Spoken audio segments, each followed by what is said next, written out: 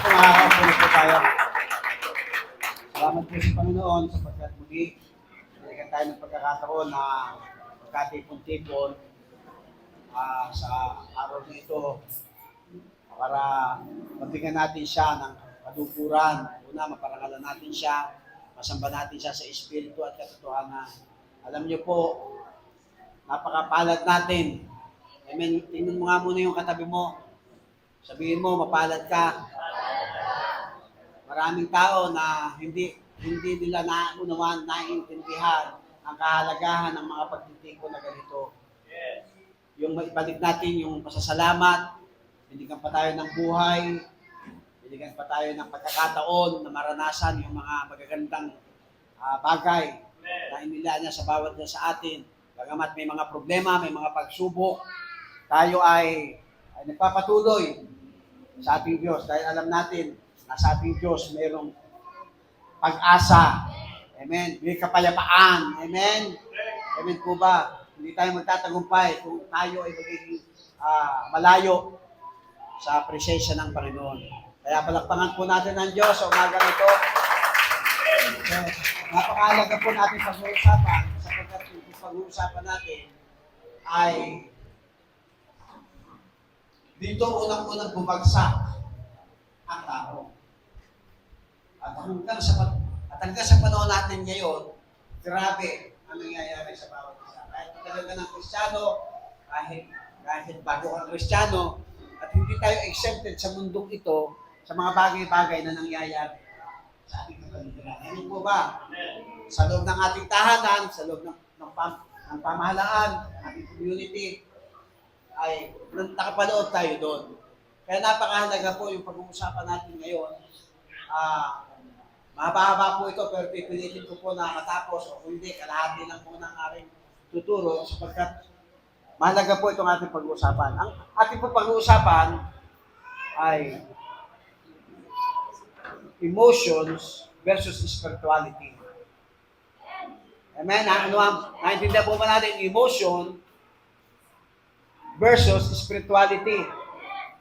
Napakahalaga po nating maintindihan ang kaibahan ng yung feelings, yung nararamdaman doon sa spiritualidad na dapat na nilalakaran ng mga anak ng Diyos.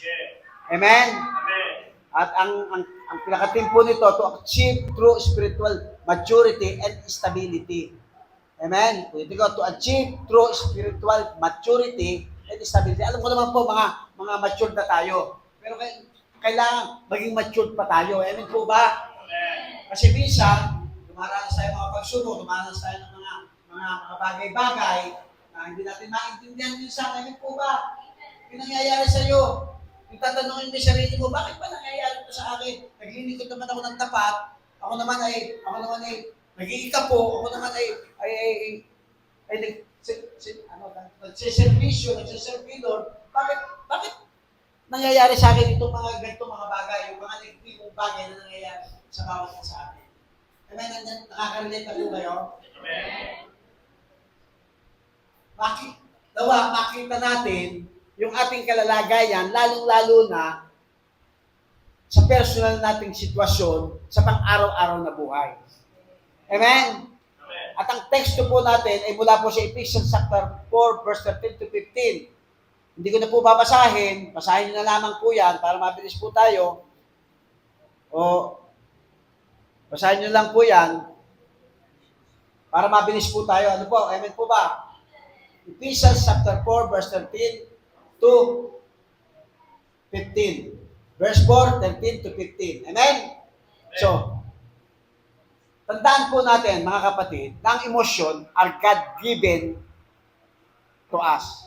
Binigay sa atin yan, yung emosyon na yan. Kaya nga meron tayong soul. Alam niyo yung kaluluwa? Kaluluwa? Kapag tayo namatay, umaalis na yung kaluluwa. Kaya wala na tayong kamalayan. Amen? Amen po ba? Ibig sabihin, dahil tayo may kaluluwa, meron tayong nararamdaman. Meron tayong emosyon. Amen? At ito ay hindi masama. Ito'y mula sa Diyos. Mula ito sa Diyos. Amen po ba? So, emotions are an inherent part of being human, created by God, who also experiences emotions like joy, anger, and compassion. At marami pang iba. However, due to the full human feelings and can be corrupted by sin and lead us astray, making them an untrustworthy foundation for spiritual truth. Example, mabilis lang po tayo. Genesis chapter 1, chapter 3, verse 1 to 6. Sino po ang pinag-uusapan dyan? Ito po yung sinasabi ng Genesis chapter 3, verse 1 to 6. Babasahin ko lamang po ng mabilis. Sabi dyan, sa lahat ng hayop na nilikha ng Panginoong Diyos, ang ahas ang pinakatuso. Minsan, tinanong ng ahas ang babae, totoo bang pinagbabawalan kayo ng Diyos na kumain ng bunga ng alinmang puno sa halamanan? Anong tinitira, anong gustong palabasin ni Satanas dyan sa talata na yan? At ang pagkaka-describe sa ahas, pinakatuso. Alam ni Eva at Adan na mayroong instruction sa kanila ang Diyos.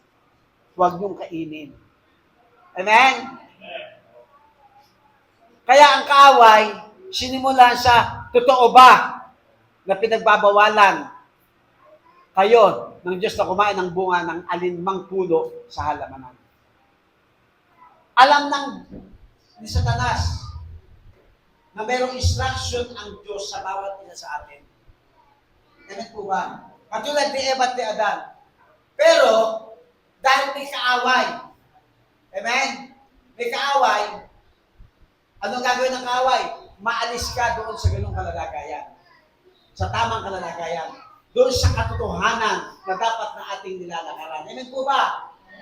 Ang pinag-uusapan po natin ni emotion na bigay ng Diyos. Pero sabi, nung unang punto, emotions are God-given but fallen. Alam naman natin yung kwento. Bumagsak si Eva at si Adan. Kaya sabi doon sa verse 2, nakapag-conversation siya, sabi niya sa verse 2, sinagot ang babae, nakipag-conversation pa. Alam niya yung katotohanan, pero nakipag-usap pa siya. Amen? Kaya sabi ng babae, makakain namin ang kahit anong bunga ng puno ni Ritos ng salamanan, maliban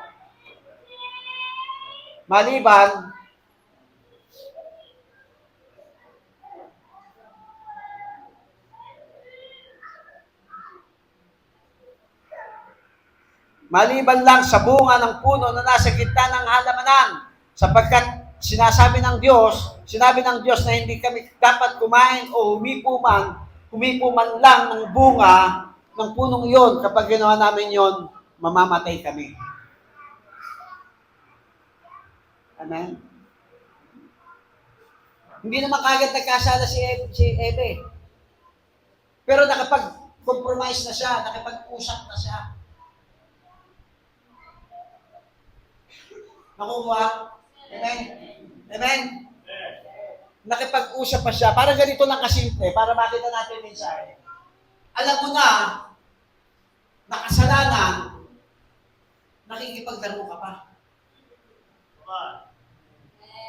Alam mo na, kasalanan yung pupuntahan mo, pupunta ka pa. Bakit ka pa pupunta? Amen? At sasabihin mo, malakas ako. Hindi ako magkakamali, hindi ako magkakasala. Alam mo, kahinaan mo ay babae, dikit ka pa ng dikit sa babae. Amen? Hello? So, itong si Eva, grabe, nakipaglaro pa siya. Sabi niya, nakapag-conversation pa siya, nakipag-usap pa siya. Sabi niya, nakatwiran pa. Hindi kami dapat kumain o humipo man lang ng bunga ng punong iyon. Kapag ginawa namin yon, mamamatay kami. Nagkaroon ng pagkakataon si Satanas. Sa verse 3 ba yan? Verse 4? Ano sabi sa verse 4? Ngunit sinabi ng ahas, hindi totoong mamamatay kayo. Dami mga beses siya, no? Ano binabanatan niya dyan? yung ating damdamin, yung ating feelings. Alam niya na sinabihan siya, binawalan siya na huwag kumain o humipo man lang. Pero, nakipag-usap siya. At siyempre, si Satanas, pasusubalian niya yung katotohanan. Dahil si Satanas, sinungaling yan eh. Amen? Sinungaling yan. Babalik pa rin niya yung sitwasyon. Kaya nga tanong niya, hindi naman totoo eh. Sabi niya, hindi naman totoo. Sinabi yan ng Diyos dahil alam niya na kapag kumain kayo at ng bungang yan, mabubuksan ang isip ninyo at magiging katulad niya kayo na nakakaalam kung ano ang mabuti at masama. Wow. Di ba? Ang ganda. So, magiging matalino ka. Alam mo na yung, makikita mo na yung mabuti at masama ngayon kapag kumain tayo at magiging parang Diyos na tayo. Grabe ano? Grabe yung pandaraya ng kaaway. Kaya anong ginawa ni Eva? Sa verse 5, nang pagmasdan ng babae ang puno, ayan na. Tinignan niya ngayon yung puno. Patapos siya tingnan, ano sabi? Napakaganda nitong tingnan at ang bunga nito ay nakakatakam. Eh di, wow. Amen. Nandiyan po ba kayo? Amen. Parang nakalimutan na niya, no? Na may instruction si Lord na, wag, yung kakainin, yung kakanin. Sino nakakaras ng ganyan? Alam mo na hindi kinalulugdan ng Diyos yung mga bagay na gagawin o pantarayan ng kaaway. Pero dahil sa emosyon, nagandaan siya eh. Napakaganda. O, di ba emosyon yun? Nagandahan ka. Okay lang sana nagandahan tayo eh. Amen? Pero dapat may isip. Ito dapat. Kaya nahulog.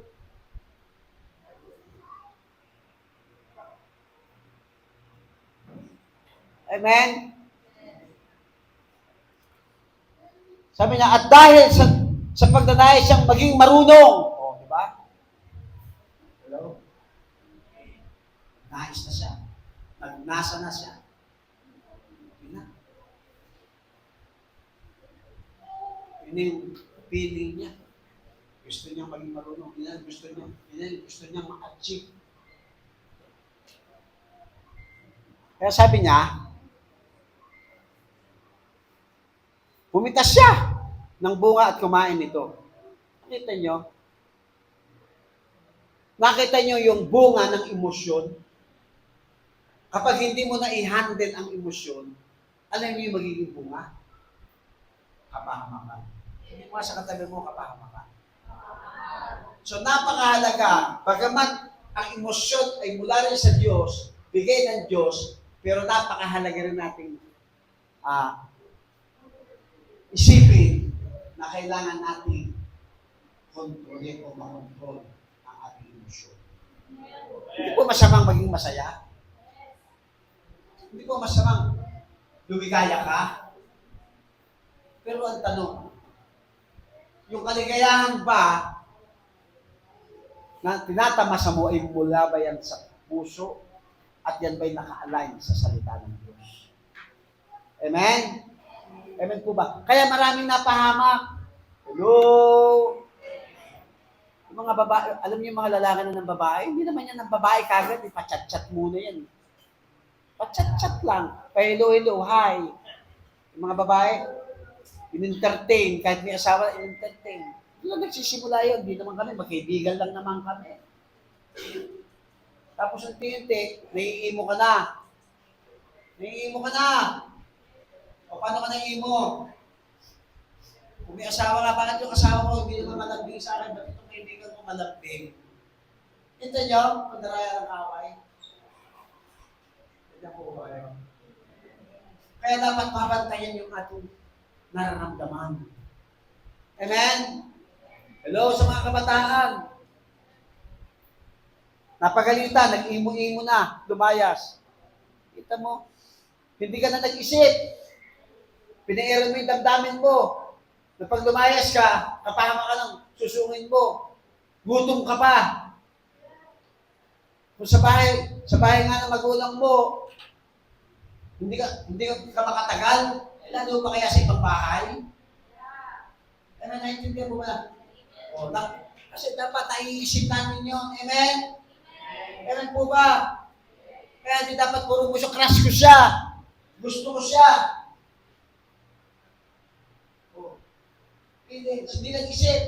Ayaw ko ng crush. 3 boyfriend, 3 girlfriend. Dahil sa damdamin mo, hindi ka nag-isip eh. Iiyak-iyak ka ngayon. Kapahamakan ng dinudulot ng emosyon na mali sa harapan ng Panginoon. Amen? Nandiyan po ba kayo?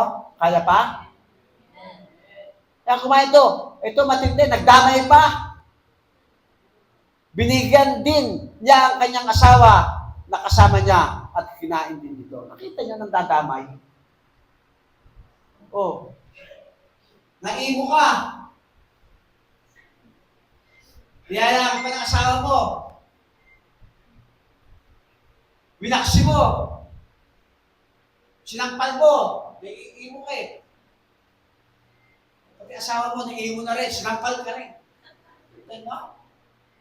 Amen? Hindi mo emotional. Tignan niyo po yun. Negative po yung pinag-uusapan natin. So nakita niyo, alam natin, taas po ang kamay ng lahat ng alam ang katotohanan. Taas po ang kamay. Gusto ko makita. Meron po akong sasabihin. Lagi po ito. Sinasabi ko. Alam natin ay katotohanan na dapat hindi tayo ma-absent every Sunday. Pero bakit nag-a-absent tayo? Yung mga reasonable, okay lang yun. Nagtatrabaho, okay lang yun. Walang problema doon. Pero yung walang ka-reason. O di ba, naimo ka lang, tinamad ka lang. May mga ganun eh. Naimo ka. Masama ang loob mo, nag-away kayo mag-asawa. Natikasan ka ng ulo sa anak mo. Kaya hindi na muna ako dadalo. Ito nyo. Pero ano ba yung katotohanan? Amen? Amen? Hello? Paano natin Panginoon? Jesus na ito lang. Ang nagtalit na ito sa labas. May nakikita tayong nasa labas. Amen? Palatas-tas lang po yun. Masyado na kayo seryoso eh. So, nakita niyo po, dahil na emosyon, nagandahan, nakalimutan si katotohanan. Amen? Ulitin ko, hindi po masama ang emosyon. Lahat ng tayo na yung emosyon. Pero kung hindi ka nag-iisip, makapakama ka. Alam mo ang katotohanan. Amen? Kaya may labanan niya. Amen po ba? So, sino pa? Si Peter. Si Peter, grabe, no? Hindi Panginoon. Naiibuso siya eh. Ang sino ang humuli sa'yo, magtangka sa'yo, pipikasin ko tenga. Binagasin tenga. Kita mo ang emosyon. Sa tingin nyo, kung tama ginawa ni Pedro, meron tayong maligtasan nyo. Amen. Tignan niyo yung buwan ng emosyon. Andiyan po pa kayo? Mukhang tama naman, ano ba? Pinagtatanggol niya si Jesus eh. Tama naman, mukhang tama naman, ano? Tama naman. Tama lang. Pero hindi ng katotohanan. Ang katotohanan, buwa dito si Jesus Christ para mapako doon sa krus. Amen? Kaya grabe yung emosyon ko. O, iba't pa sa emosyon. Lord, hindi kita iiwanan. Hindi kita iiwanan. Naku, Pedro. Emosyon naman sa'yo. Naku, Pedro. 3 beses mo akong itatatwa. Amen? Hindi. Kahit ako naman eh. O, sino dito yung nagmamahal sa akin? Halimbawa, may papatay sa akin, may paparang dito. O, kaya lang. Pag hindi nyo ako mahal, hayaan nyo lang ako paparang dito. Pero sunod na pinag-uusapan natin eh. Nandiyan po ba kayo? Si Pedro, 3 beses tinatuwa. O, Pedro. Kaya pa kasi si Pedro. Amen? Super yabang yun eh. Sa'yo sinabihan na, ano? Lumayas ka sa Satanas. Behind me, sabi kay Pedro, siya nagayabang siya. Hindi natin pwedeng baguhin yung katotohanan. Sa pamamagitan ng ating emosyon na sa tingin natin tama. Ito po ba kayo? Tama ka ba sumagot-sagot sa tatay mo? Tapos tanganan mo yung tatay mo? Amen? Mga magulang mo, kahit unbeliever magulang natin, hindi natin dapat nilalapastangan. Yun ang katotohanan. Ang sabi ng Bible, ikalan mo ang mga ina. May sinabi ba na yung matitinulak na ama na? Alam mo sinabi ka? Ano yung mga anak? Hello? Nakabataan kasi ngayon eh. Pag may sinasabi, magulang eh. Mas mataas pa ang boses ng anak. Pero ba sa mga Gen Z? Kaya ganyan. Amen? So, ano yung katotohanan? O, baka naman sabihin nyo, balansin natin. O, sabi naman sa mga magulang may instruction, huwag niyong ibuyo ang inyong mga anak. Para magbebente. Amen? Hindi po ba kayo? Balansin po yan. Yan po yung katotohanan. Amen? Amen. Pero ako, may isang tip ako sa inyo. Pero hindi naman ito na siguro ako dito. Ako tungkol na sa Panginoon, napatingin na lang. Binibigay ng kamay, naawat ka mag-ingot. Maawat ka pumunta ng church, teka lang. Pinabukasan ko na kung ano kaya dito. Kasi alam mo yung katotohanan, amen? Hindi yung hindi na nga lang ako. Hindi na ako tatanong. Ano na lang ako, magbarkada na lang ako. Mag-aral ako, mag-aral na lang ako, mag-addict. Saan po ba kayo? That is emotion. At hindi yun makakatulong sa atin yung mga ganong negatibo.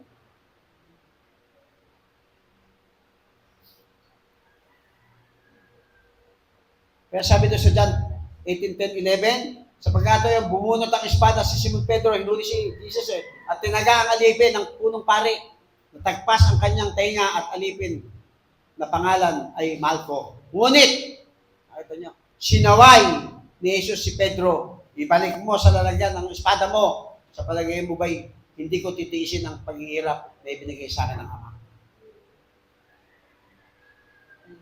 Yun yung katotohanan. Kailangan niyang magpata. Kailangan niyang maghirap. Pero ikaw, bakit ka? Hindi yun. O, ano pa si Peter? Ano ni Peter?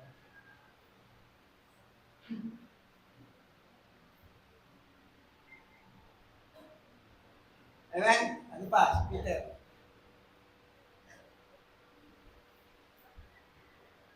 Ano pa ginawa ni Peter?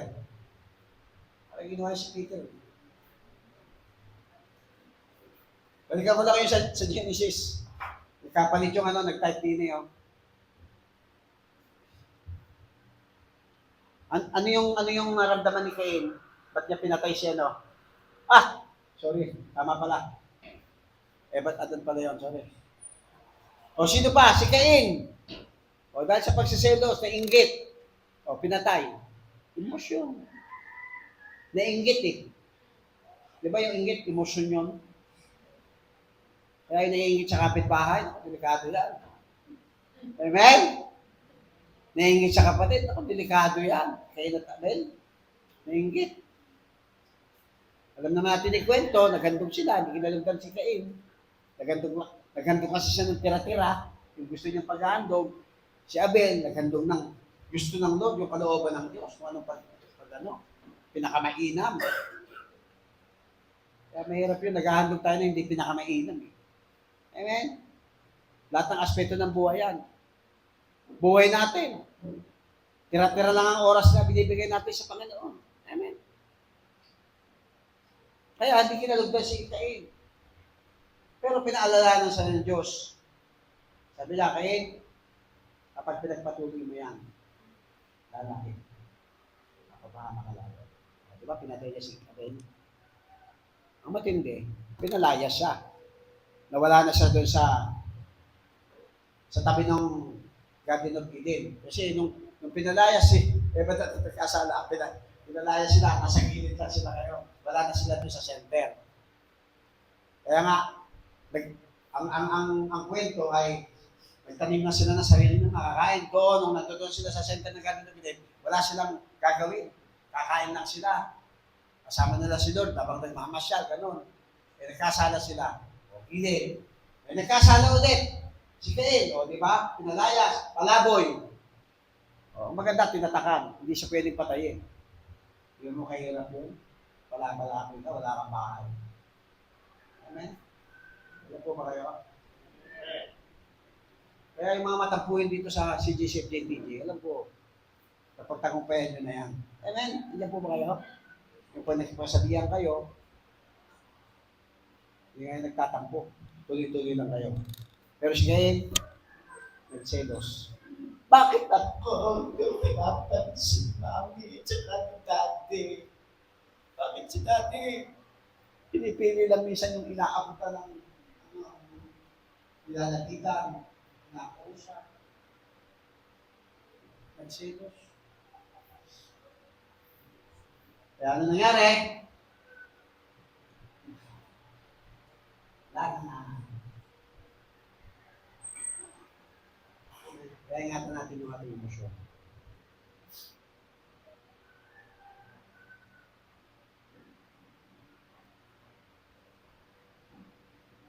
Basahin nyo na lang po, Genesis chapter 4, verse 1 to 18. Amen? Pangalawa po to, spirituality is rooted in truth, not temporary feelings. Amen? Pangalawa po to, spirituality is rooted in truth, not temporary feelings. Ako po, nasasaktan din po ako, manipis lang po ako eh. Emotional din po ako eh. Iyakan nga ako eh. Pero lagi, yung katotohanan, yung alam natin katotohanan, yun ang ating nilalakaran. Amen?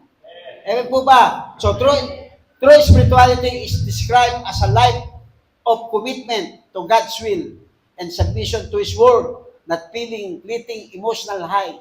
A reliance on feelings alone can lead to emotionalism or sensual Christianity, where a person's spiritual state fluctuates with their mood rather than remaining constant true faith in God's unchanging nature and promises. Pag isang fluctuates, parang yung ano eh, bago-bago ba yun?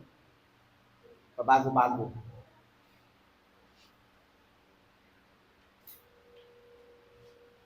Sino example natin sa Bible? Si Job.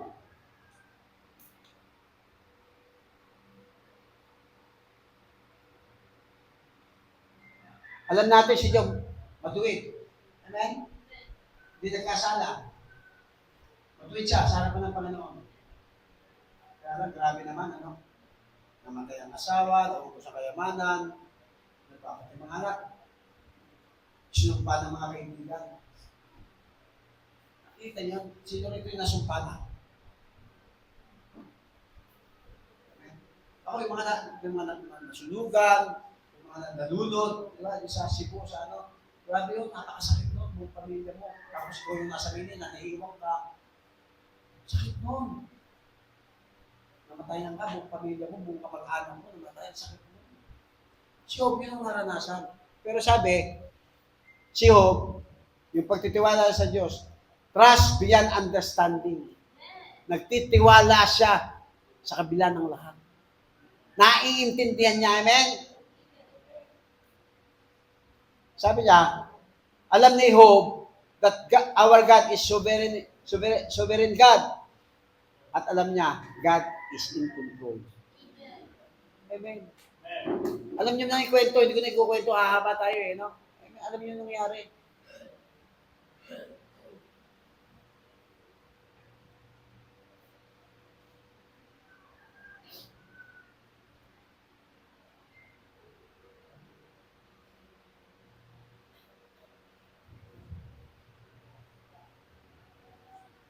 Kaya sabi niya doon sa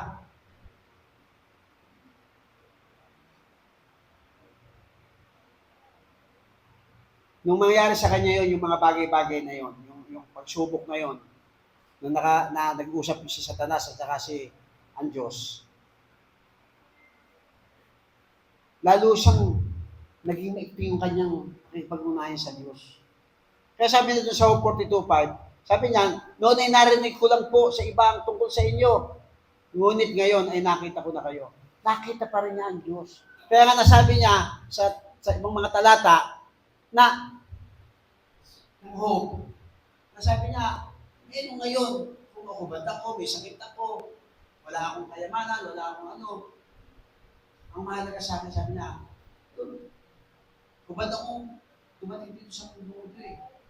Hindi ko ba din ako papalik sa iyo?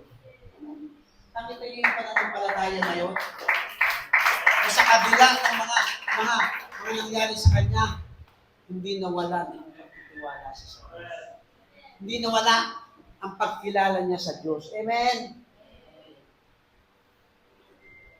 Ngayon, kung iniwan ka ng asawa mo, halimbawa, unbeliever, ngayon? Ngayon kung wala kang anak? Pwede ba natin questionin si Lord? Yung sa nagkukontrol ng mga bagay? Kaya grabe. Grabe siya, pinagtatanggol niya. Sabi niya nga,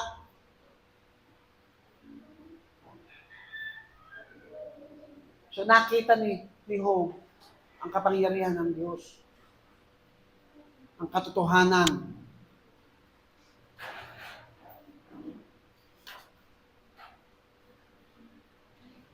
So spirituality is rooted in truth, not temporary feelings.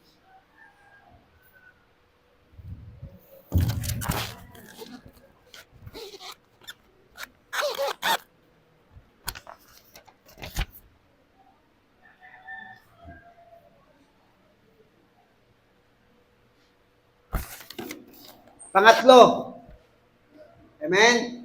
Discernment is crucial.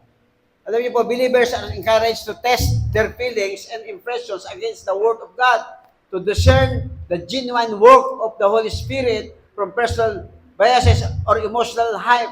The Holy Spirit's guidance will always point back to Christ and align with the Scripture. Kaya pagka naiibo ka na, pagka yung feelings mo ay parang hindi na maganda, tandaan po natin, dapat i-determine natin kung ito ba'y naka-align pa sa salita ng Diyos. Amen? Holy Spirit pa ba? Yung kasama natin. Parang ganito may kwento eh. Nanangin siya, babae. Kung sino ang unang lalapit sa akin, Lord, JS. Lalapit, isa na. Magpupropose, magbibigay ng pulang rosas. Nagkataon, 3 sabay-sabay. Pulang rosas yung binigay. Lord, grabe ka. 3. Isa lang hinihingi ko, 3 ibinigay mo. Napakabuti mo, Lord. Humingi ng sign.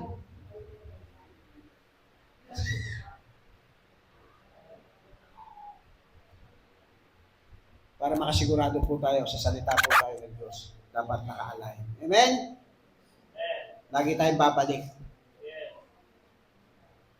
Na-realize mo, bali yung ginagawa mo. Nagsasama ng hindi kasal. Na-realize mo, ano kailangan mong gawin? Hindi magpakasal. Amen? Salamat sa isang nag-amen. Amen po ba? Boyfriend, girlfriend pa lang kayo. Kung ano na pinagkagagawa nyo.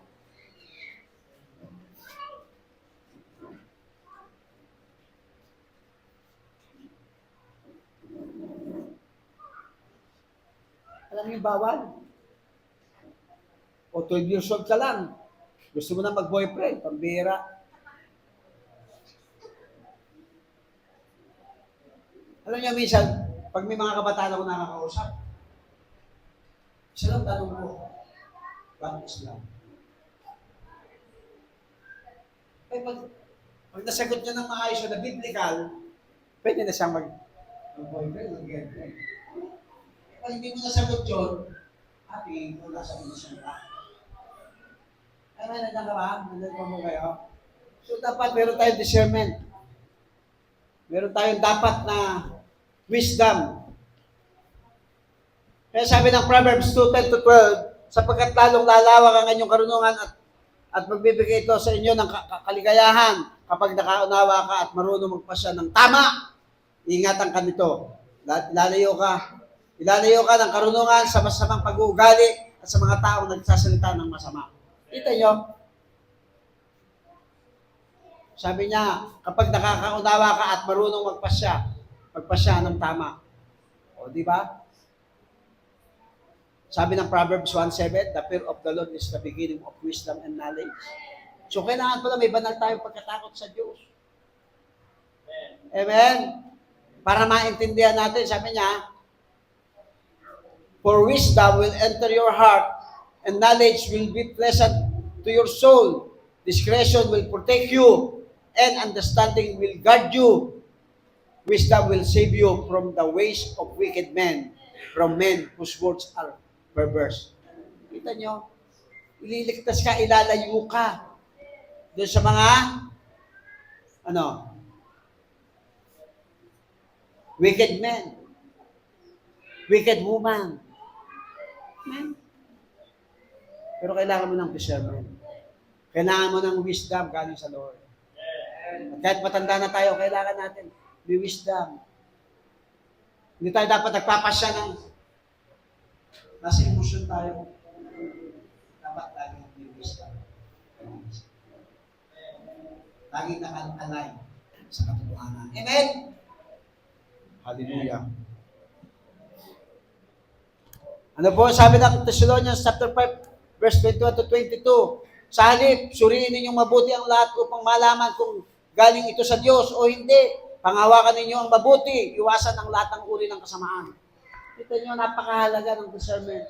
Mga kapatid, lalo-lalo na sa personal nating buhay. Kapag tayo nai-emosyon. Hello? Pag tayo nai-emosyon, dapat marunong tayo magsuri ng mabuti. Alamin natin, mga magulang, huwag natin isusuko ang katotohanan. Kung unbeliever pa ang asawa mo, huwag mo isuko ang katotohanan. Marami na kaming natagpuan dito, dumating dito, nang dahil sa asawa, na isuko ang kanyang pananampalataya. Amen? Si Mami, hindi sumuko yan ng panahon namin. Hindi niya ako sinukuan.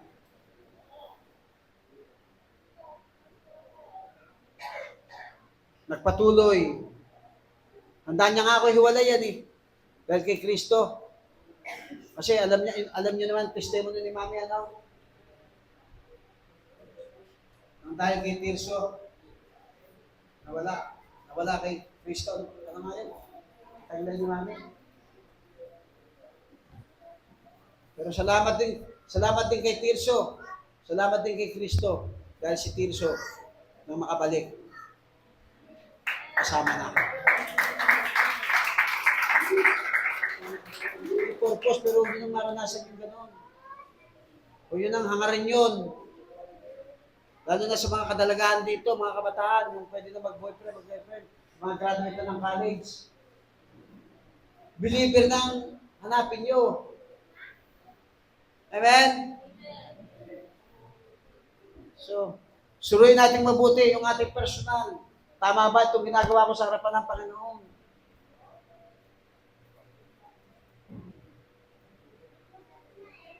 Dapat alam natin kung yung mga sitwasyon sa personal nating buhay, ito ba galing sa Diyos? O hindi? So, pangawakan natin yung mabuti at iwasan ang lahat ng uri ng kasamaan. Yung hindi kinalulugdan ng Diyos. Amen? Proverbs 3:21-24. Anak, ingatan mo ang iyong karunungan. May wisdom ka na. Tinanggap mo na si Kristo. Yun yung karunungan. Tinanggap mo na. Dati, nagtatago ka, tumatakbo ka. Nandito ka na sa loob ng church. Tinanggap mo na si Kristo. Ingatan mo yan. Yung karunungan na yan na tinanggap mo sa Panginoon at kaalaman sa pagpapasya ng tama. Hello?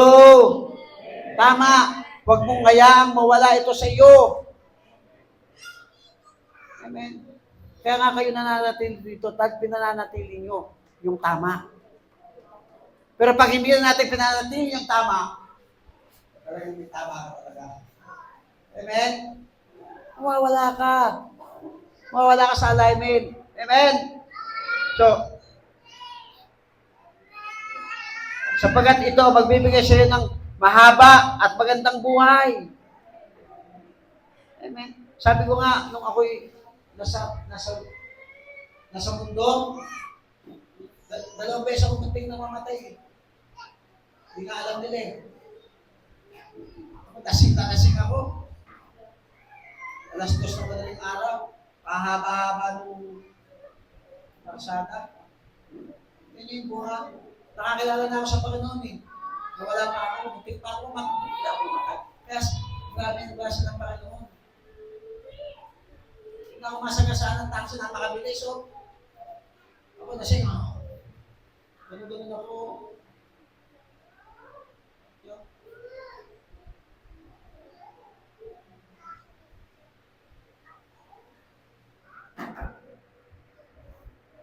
Sabi, mabubuhay kayong kangligtas ng sa anumang kapahamakan.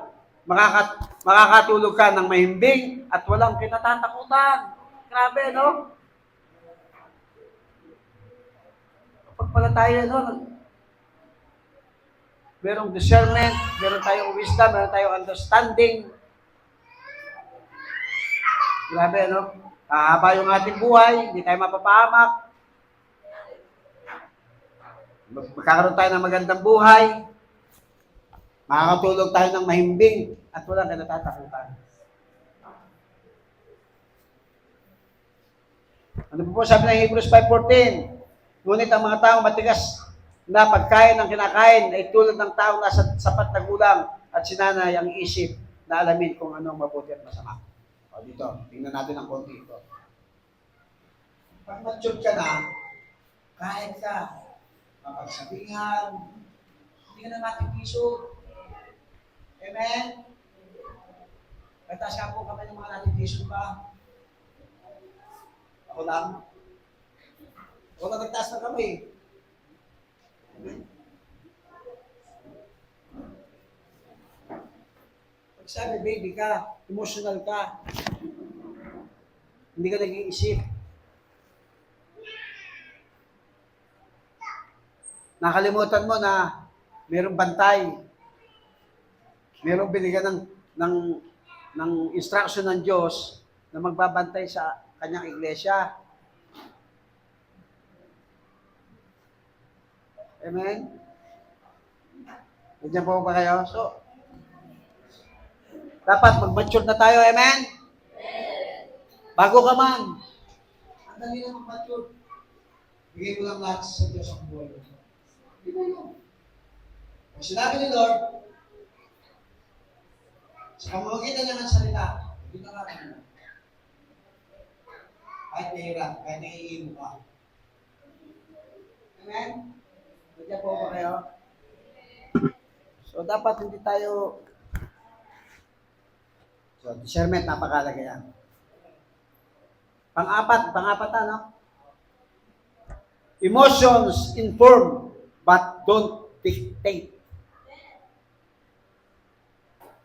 Emotions serve a purpose such as revealing our values or acting as a language of the soul, but they should not run roughshod over the mind and will. Hindi dapat yung emosyon natin, hindi dapat makapanaig. Saan? Sa ating isipan at doon sa ating, yung will, yung ating kalayaan.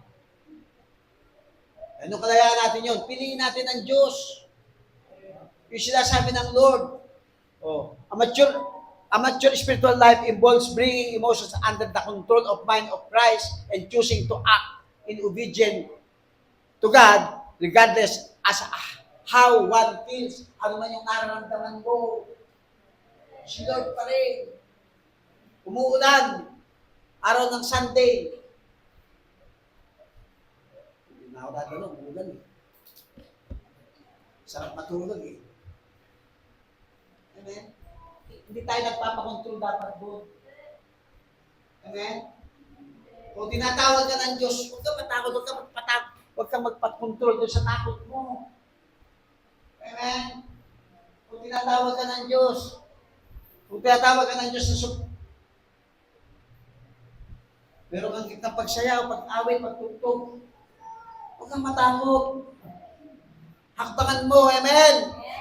Kasi tayo lumalakad sa under control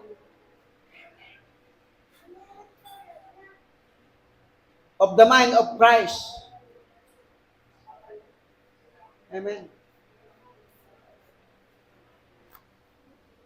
Kaya nga, sabi ng 1 Corinthians 2:16, ayun nga sa sinasabi ng kasulatan, sino ba ang nakakalam sa isip ng Panginoon? Sino ba ang makapagpayo sa Kanya? Ngunit tayo, taglayin natin ang isip ni Kristo.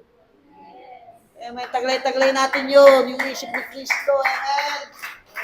Kaya huwag kang sa ilusyon mo. Hindi ka bitamin mo. Hindi mo, naiilusyon mo. Bakit mas matamos ang ilong niya? Bakit mas matamos ang ilong niya? Mas mapapati siya, ba't siya kulot, ako una. Diba ganun yung mga naiilusyon? Bakit siya? 6 anak, sexy pa rin. Ako, 2 lang. Bakit? Ganito. Wala nang bilbil ko. Yan yung nai-emotion eh. Hello? Mga example na lang. Napakadadali ng mga example natin para maintindihan natin. Amen? Ano? Amen? Bakit hindi ako sinigang na mayaman? Hindi mo payaman ka. Anak ka ng Diyos eh. Amen? Imo na tayo na ego eh.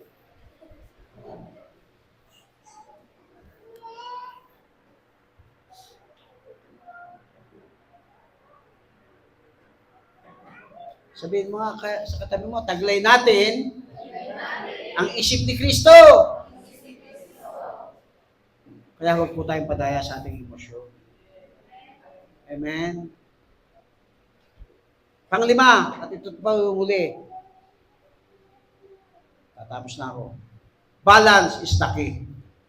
Kailangan balance eh. Kailangan, yun ang susi. The goal is not to be emotionless, but to achieve a balance where spiritual beliefs provide a strong foundation for healthy emotional responses. Spiritual health can enhance and deepen the emotional life when both are working in synergy. O yung epektibong pakikipagtulungan. Dapat. Allowing believers to experience genuine joy, peace, and all that are grounded in truth.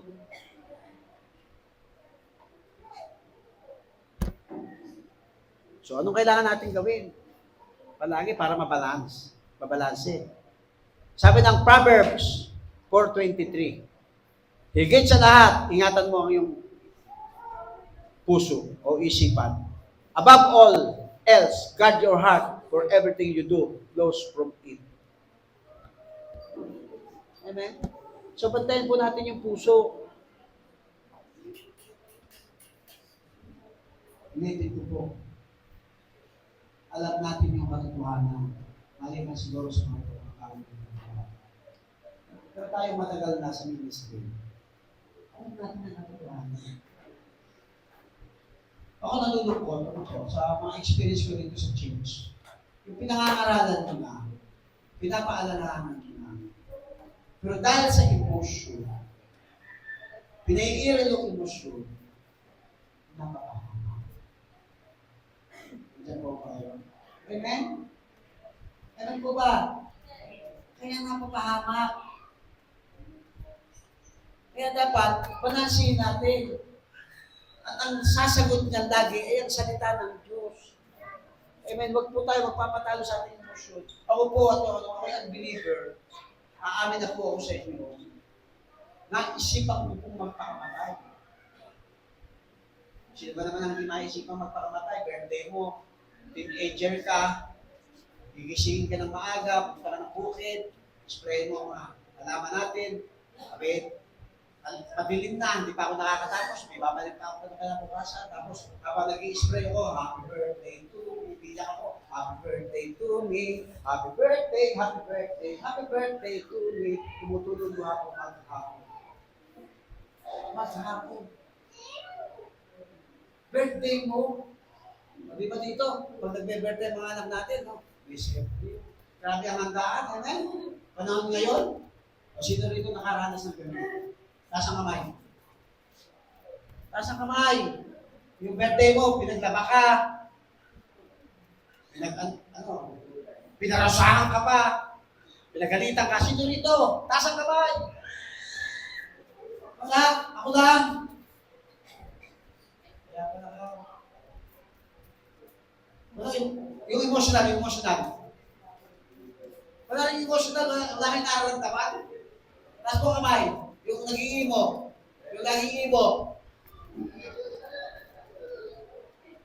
Imo tayo eh. Amen? Noong araw, na-osyo, nakagano ni buhok eh. Kaya hindi mo na kailangan tanongin yung mga kung sino yung mga inom, nakagano ni buhok. Kita ko isang mata eh. Alam niyo, gusto ko talaga. Napakatapang pa naman ang gamot nun. Yung Endrin.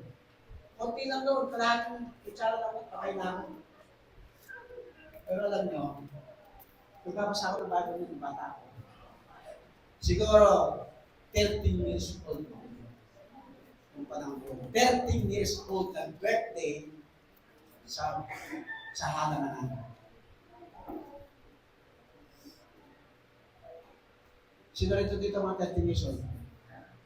Pataas ang kamay. Anong 13 dito? 13 years old? Wala, 13? Tanda na pala itong mga to. Alam niyo naisip ko, no? That time, dahil nagbabasa ako ng Bible, yung comics sa Bible, masamang magpakamatay.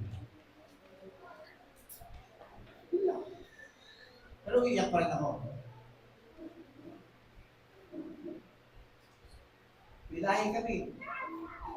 So, yung ate ko, nagpakamatay yun. Hindi ng klase ko. Nagtampo.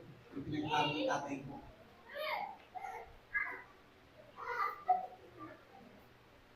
Patay na sila. Ako na lang buhay. Amen? So, huwag kang imo.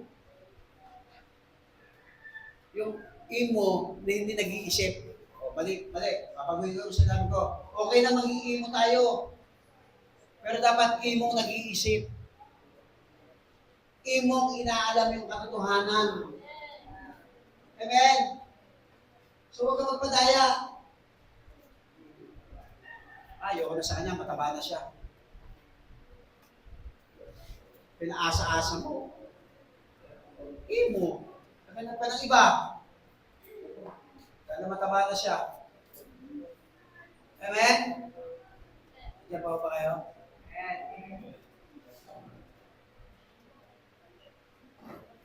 Ulitin ko, ang emosyon ay mula rin sa Diyos. Pero lagi natin tatandaan, ang emosyon, lagi mo sinasabi, lang ang pagkilip ng ating. Kaya pag tayo naiibo, sabi mo sa katabi mo, isip-isip ka.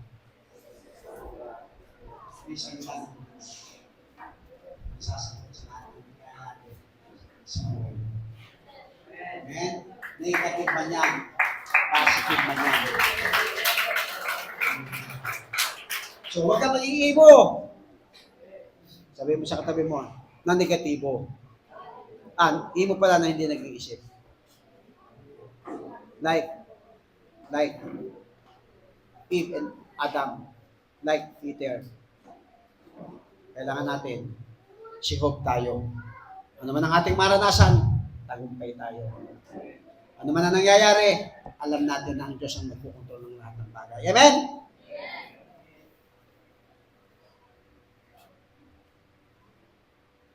Huwag tayo nagseselos.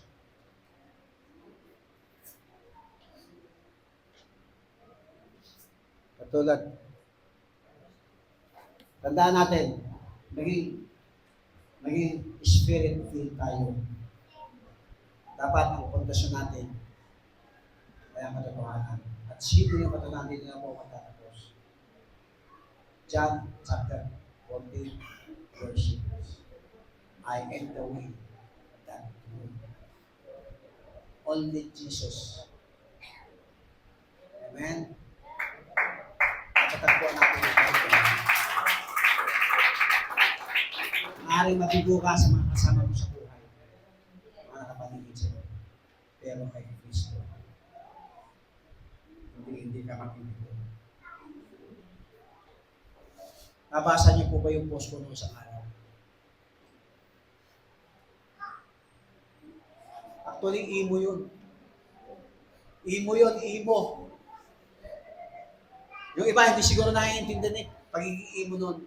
Pero nakita nyo yung huli. Yun yung napakalaga, yung huli, baka nakalimutan nyo yung huli. Ano kalagay nyo sa huli? Salamat. Meron tayong Diyos na totoo na kasama. Amen. Purihin ng Panginoon. At tinatawagan ko po si Mami para magdagdag ng word of wisdom.